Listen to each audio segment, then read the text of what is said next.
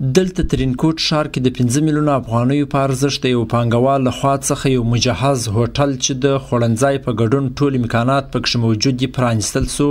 دغه پانګوال وایي هیواد کې ډاډمنه فضا انګېزه ورکړې ترڅو پانګونه وکړي او خلکو ته د خدمت ترڅنګ ګڼ شمېر بېروزګاره کسانو ته د کار زمینه هم برابره کړي.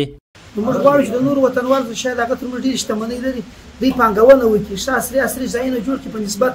زموږ ته ولایت دی پاتې ولایت دی تقریبا 15 میلیونه افغانۍ زیات کم دونه لګښت راغلی دی. هر هغه خدمات چې په هوټل کې موجود وي لکه پر مثال د ډیلیوري چې یو څوک یو چاته زنګ ووایي د هغه د اسانتیا په خاطر نشم کولی وایي زه مصروف یم کولی شي زموږ دفتر ته یا کور ته یا میلمستون ته ډوډۍ راوړي نو موږ هغه خدمات ټول انشاءالله په پام کې نیولي او ورته لرو یې هم. د روزګان ولایت د صنعت او تجارت ریاست رئیس ملا محمد داود شاهین د امید راډیو سره په خبرو کې ویلي چې واک ته د اسلامي امارت رسېدو راوروسته روزګان کې خصوصي سکتور وده کړې ده او په زیات شمېر غټې او کوچنۍ فابریکو په فعالیت پیل کړی. هغه یو ځل بیا پانګوالو ته د اسلامي امارت د ملاتړ ډاډ ورکړی. خلک د دې ډېر لیواله دي چې په روزګان ولایت کې سرمایه‌ګذاري وکړي او د دې لپاره د سرمایه‌ګذاري لپاره خلک زموږ سره په رابطه کې هم دي پانګونې ته هم خلک لیواله دي او دغه رقم انشاءالله موږ بیا د کوم وخته چې د روزګان ولایت کې د صنعت او سوداګرۍ ریاست فعاله سوی دی نو بیا په دې کې موږ کوششونه ډېر جریان لري چې د دې لپاره صنعتي پارکونه جوړ شوي دي چې الحمدلله ډېره ښه زمینه ده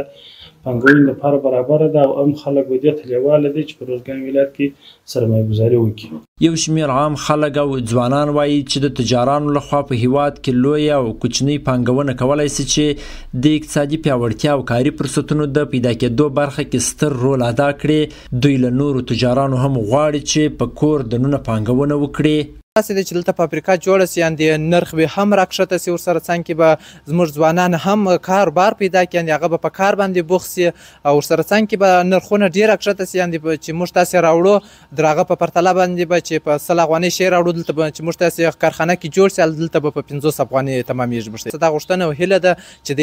افغانستان کې یعنې خصوصا ډول هر ولایت کې چې د فابریکې جوړې کړي داسې فابریکه چې وي نو موږ ته به ډېره اسانتیا برابره سي. روزګان چې یو ځای دی باید د ادارهګانو ښه ځایونه جوړ کړي او نور د دفترونو یو بل چې دا زموږ ته روزګان دا زموږ ته ولس جوړ شي دا ولایت مو جوړ شي. دا په داسې حال کې ده چې د روزګان ترڅنګ د افغانستان په ډېرو نورو سیمو کې هم خصوصي سکتور د امنیت په تامین سره د ودې په حال کې دی. احسان الله ولسمل، امید راډیو، روزګان.